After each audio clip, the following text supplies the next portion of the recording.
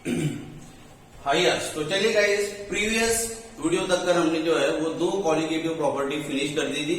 Number first one is lowering of vapour pressure, another is the boiling point elevation. Now we are study a third qualitative property, and the qualitative properties are known as the freezing point depression.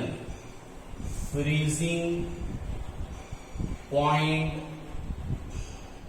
depression. Freezing point depression. अब सबसे पहले तो ये आता है सवाल कि what is freezing point. Freezing point क्या होता है? फ्रीजिंग पॉइंट क्या होता है? तो बड़े ध्यान से समझो। फ्रीजिंग पॉइंट, फ्रीज करना यानी भी किसी भी चीज को, लिक्विड को अपन जमाना, फ्रीज कर देना। पानी से अपन बर्फ बनाते हैं, तो पानी को अपन ने फ्रीज कर दिया बेटा, वो बर्फ में कन्वर्ट हो गया। तो यहां पर क्या हुआ, अगर मेरे पास में ये वाटर है, लिक्विड है, ठीक है, जो कि प्योर सॉल्वेंट है वाटर। अब ये वाटर का कुछ ना कुछ वेपर प्रेशर होगा। वेपर प्रेशर देखिए, अपन पिछले क्लास में वेपर प्रेशर होता है, ठीक है। अब ये वाटर का प्रेशर कुछ ना कुछ वेपर प्रेशर होगा, कुछ टेम्परेचर पे कुछ वेपर प्रेशर होगा।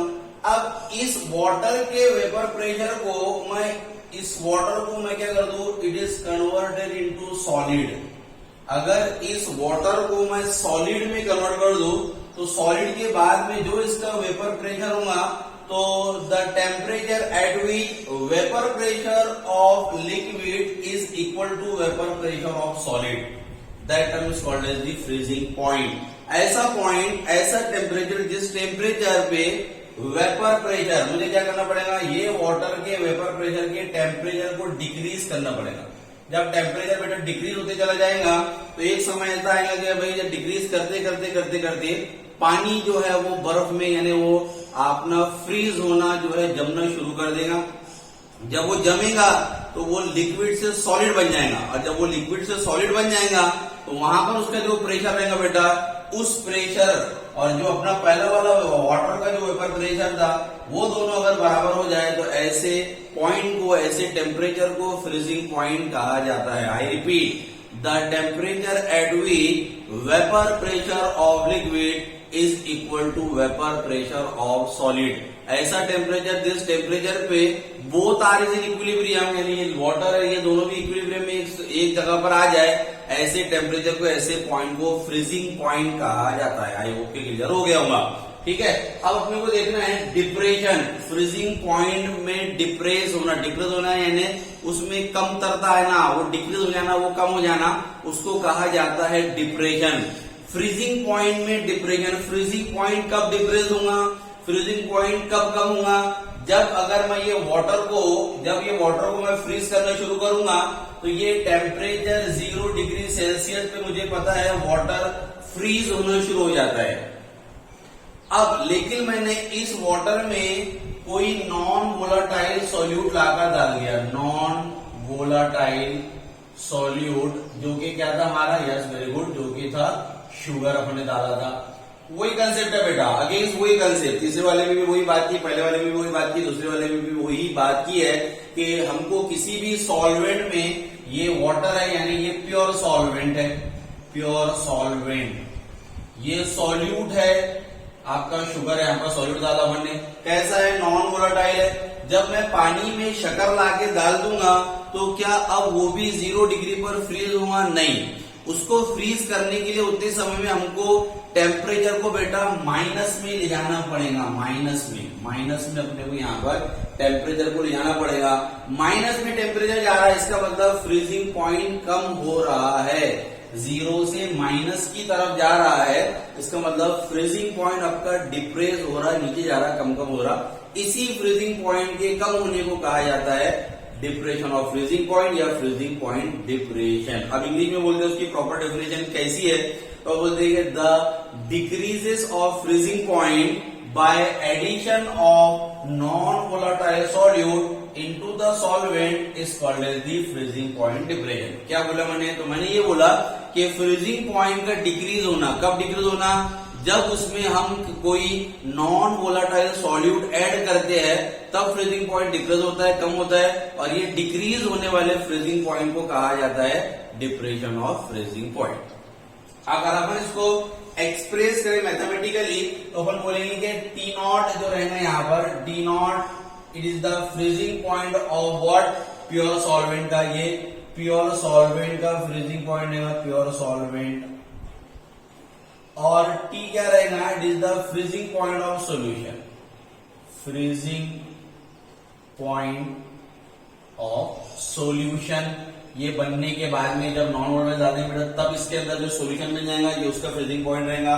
What is the depression of freezing point? The depression of freezing point is represented by delta T F. जैसा हमने रिप्रेजेंट किया था डेल्टा टीबी, क्या था delta TB? Yes, delta TB is the boiling point elevation. बस same उसी तरीके से यहाँ पर डेल्टा टी बी की जगह पर अपन ने डेल्टा टी एफ कर दिया।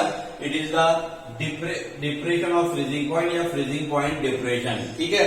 तो what is the another definition? तो अनदर डेफिनेशन इसकी बनेगी the difference between freezing point of pure solvent and the freezing point of the solution is called as the depression of freezing point. ये freezing point का difference मिलेगा, क्यों? क्योंकि ज्यादा में से कम को माइनस करेंगे। अब ज्यादा किसका टेम्परेचर है, किसका फ्रीजिंग पॉइंट ज्यादा रहेगा? वाटर का, क्या जो है सॉल्यूशन का? तो अपन बोलेंगे वाटर का, क्योंकि वाटर 0 पे हमारा फ्रीज हो रहा है, जबकि सॉल्यूशन कितने पर होगा? माइनस पर होगा, इसका फ्रीजिंग पॉइंट गिर जाएगा। तो बड़ा फ्रीजिंग पॉइंट किसका है? वाटर का, यानी प्योर सॉल्वेंट का है। तो delta T F is equal to मैं क्या लिख सकता हूँ?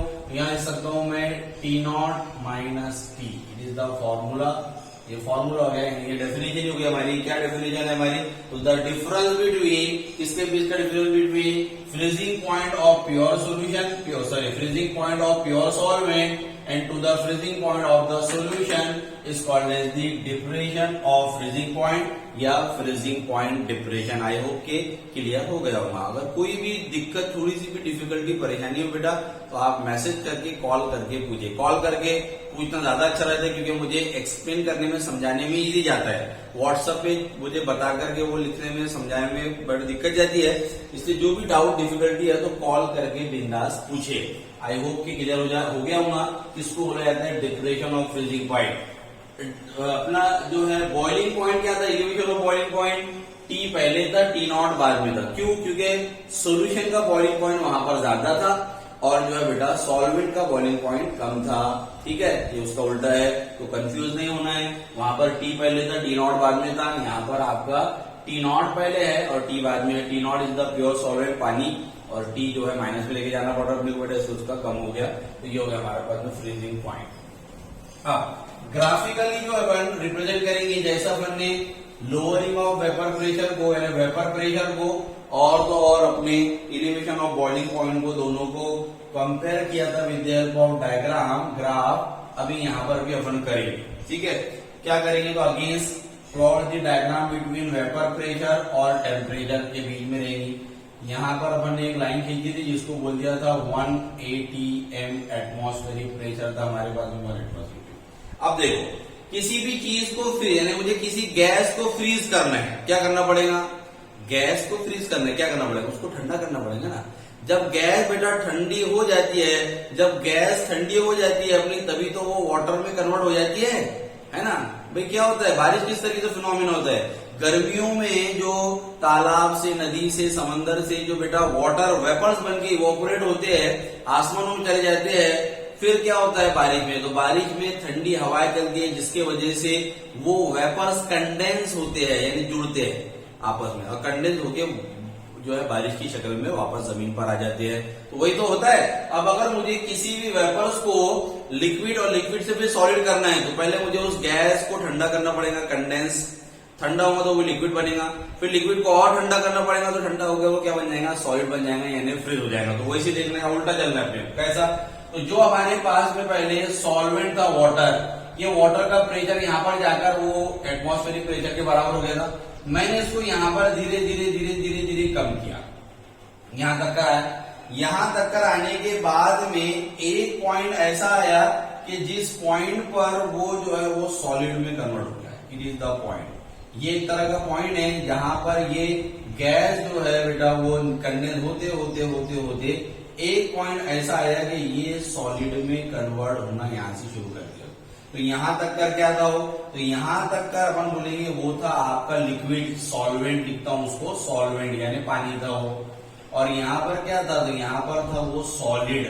और ये पॉइंट क्या है, फिर इट इज द पॉइंट, ये एक तरह का वो पॉइंट है जिस पॉइंट पर जो है बेटा वेपर प्रेशर ऑफ लिक्विड जो है is equal to the vapour pressure of solid. यानी ये पॉइंट फ्रीजिंग पॉइंट है, यानी इस पॉइंट पर वो है वो आकर फ्रीज होना शुरू हो गया और यहां से सॉलिड बन गया। आई बात समझ में, तो इसको कहा जाता है फ्रीजिंग पॉइंट। अब ये किसका, ये सॉल्वेंट का फ्रीजिंग पॉइंट है, तो सॉल्वेंट के फ्रीजिंग पॉइंट को मैं रिप्रेजेंट कर दूंगा यहाँ पर T0 से। चलिए अब मैंने क्या किया, अब मैंने फिर अगेन जो है वो सॉल्यूशन लिया, सॉल्यूशन का ये यहाँ पर आया था अपना, उसको भी वापस से जो है ठंडा करना शुरू किया। तो एक पॉइंट ऐसा आ जाएगा कि जिस पॉइंट पर वो भी जो है सॉलिड में कन्वर्ट हो जाएगा।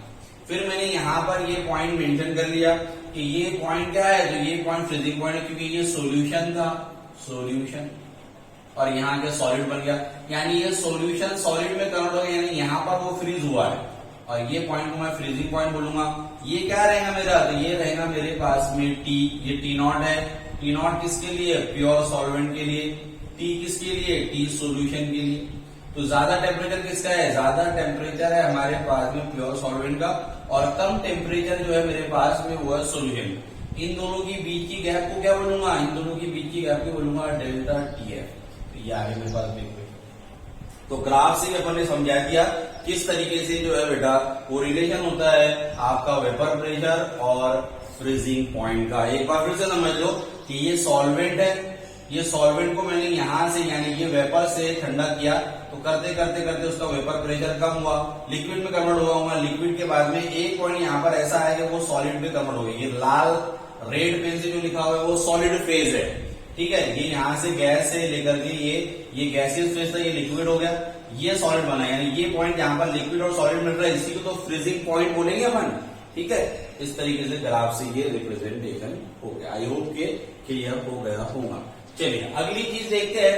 अब अगली चीज क्या है इसमें, तो अगली चीज अगेंस्ट वही है जो कि अपन ने बेटा देखा था बॉइलिंग पॉइंट इलिवेशन में। क्या देखा था, तो बॉइलिंग पॉइंट इलिवेशन में देखा था अपन ने कि हाउ टू डिटरमाइन या how to calculate the molar mass of solute with the help of elevation of boiling point। यहाँ क्वेश्चन क्या बनेगा, यहाँ क्वेश्चन बनेगा कि how to calculate या determine the molar mass of non-volatile solute with the help of depression of freezing point या freezing point depression। हर colligative property के पीछे का जो एम, जो मकसद है वो यही है कि वो कॉलिगेटिव प्रॉपर्टी से अपन जो है किसी भी नॉन वोलेटाइल सॉल्यूट का जो है बेटा वो मोलर मास कैसे कैलकुलेट कर सकते हैं। ये कॉलिगेटिव प्रॉपर्टी का एम है, मकसद है, याद रखना क्या है। तो हर कॉलिगेटिव प्रॉपर्टी का मकसद यही है। ले देखिए आखिर में यही बात आती है कि हम उस कॉलिगेटिव प्रॉपर्टी से किसी भी नॉन वोलेटाइल सॉल्यूट का मोलर मास कैसे मालूम कर सकते हैं, ये उसका मकसद है। तो चलिए देखते हैं अपन के किस तरीके से अपन जो है बेटा वो मोलिकुलर मास मालूम करते हैं। तो ये बिठाता हूं डायग्राम, क्या मालूम करना है अपने को, तो मोलर मास मालूम करना है with the help of freezing point difference, ठीक है। अब एक्सपेरिमेंटली ये देखा गया है कि जो डेल्टा TF है depression of freezing point is directly proportional to molality. ये वहां पर भी आया था अपने पास में टर्म, ठीक है। वहां डेल्टा T भी सेम है, बस सेम B की जगह पर F करना है। अगर मैं डायरेक्टली प्रोपोर्शनल का साइन हटाऊंगा तो यहाँ पर आएगा कांस्टेंट KB, वहां पर आया था, यहाँ रहेगा KF।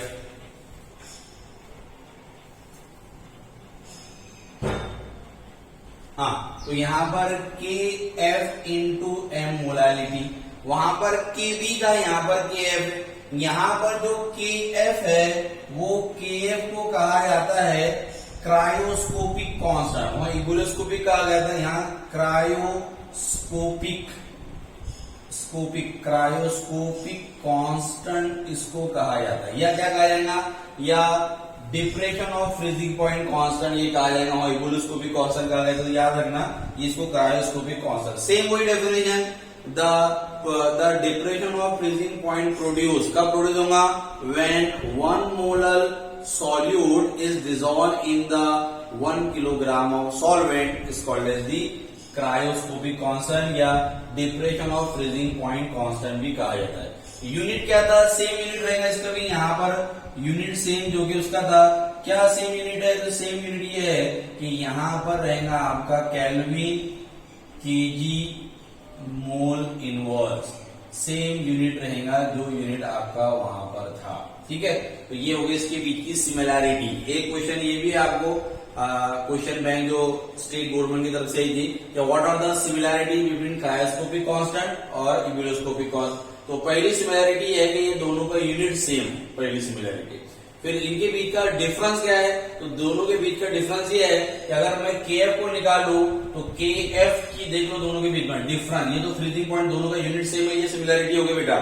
दोनों के बीच का फर्क क्या है, तो दोनों के बीच का फर्क ये है कि KB इज इक्वल टू यहाँ पर रहेगा डेल्टा TB अपॉन M और KF is equal to delta TF upon M।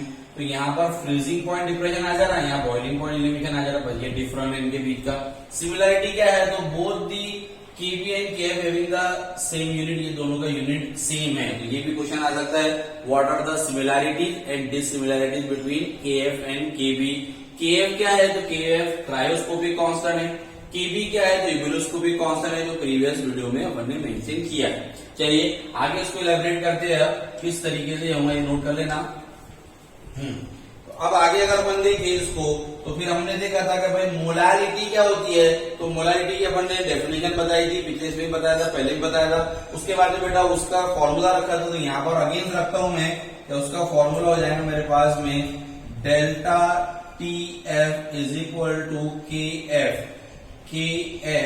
अब मोलारिटी क्या था, तो मोलारिटी था मेरे पास में W2 अपॉन यहाँ पर W1 इनटू क्या था, कैपिटल M मोलिकुलर मास। ठीक है, ये कब लेंगे, ये तब लेंगे जब यहाँ पर ये केजी में दिया हुआ है, केजी में दोनों भी, तब ये फॉर्मूला है। फिर एक फॉर्मूला और क्या आ सकता है इसको, तो एक फॉर्मूला ग्राम वाला, ग्राम वाले में क्या हो जाएगा, तो यहाँ पर देता हूं, तो delta TF is equal to KF into W2 upon W1 into M2 और यहां पर ले लेंगे हम 1000।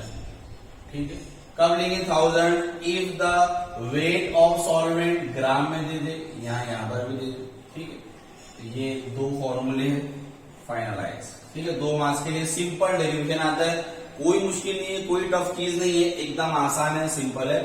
इस तरीके से ये होगा बेटा अपना फ्रीजिंग पॉइंट डिप्रेशन या डिप्रेशन ऑफ फ्रीजिंग पॉइंट। ठीक है, जो नीट जेईई के लिए फॉर्मूला बताया था, सेम फॉर्मूला यहाँ पर भी रहेगा, वही वाला जो अपन ने बताया था, बस जहां पर KB था वहां पर KB की जगह पर KF करना है बेटा, बाकी तो फॉर्मूला सेम रहेगा।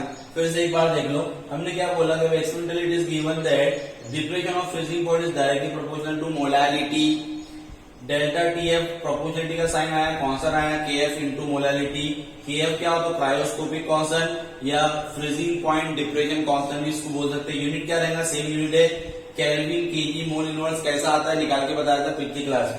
Delta TF is equal to, अब अपन ने मोलारिटी की जगह पर उसकी वैल्यू पुट अप कर दी कि भाई मोलारिटी क्या होता है, तो मोलारिटी होता है mass of solute dissolve in mass of solvent into molar mass. M2 क्या है, मोलर मास है, यहां से मुझे मोलर मास ही निकालना है। तो अगर मुझे कुछ भी निकाल सकता हूँ, मोलर मास निकालना है, तो यहाँ आ जाएगा बेटा आपका M2 इज इक्वल टू, यहाँ आ जाएगा KF W2 इंटू 1000, ये वाले फॉर्मूले से बता रहा हूँ, यहाँ W1 इंटू, अब यहाँ आ जाएगा डेल्टा TF।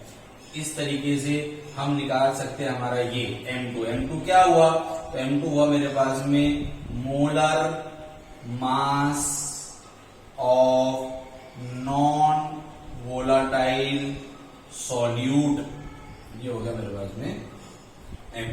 आई होप कि आपको क्लियर हो गया होगा। चलिए, ये हुई अपनी तीसरी कॉलिगेटिव प्रॉपर्टी खत्म। इसके बाद में चौथी कॉलिगेटिव प्रॉपर्टी है, उसको देखते हैं। देखो पहले कितना वीडियो कितनी हो गई, अगर छोटी हुई तो इसी में कंटिन्यू करेंगे, बड़ी हो गई तो अगली वीडियो में देखेंगे। चलिए ठीक है, यहीं रुकते हैं, 20 मिनट का वीडियो हो गया अपना। अगली वीडियो में देखेंगे अगली कॉलिगेटिव प्रॉपर्टी, जो कि है हमारी क्या, ऑस्मोटिक।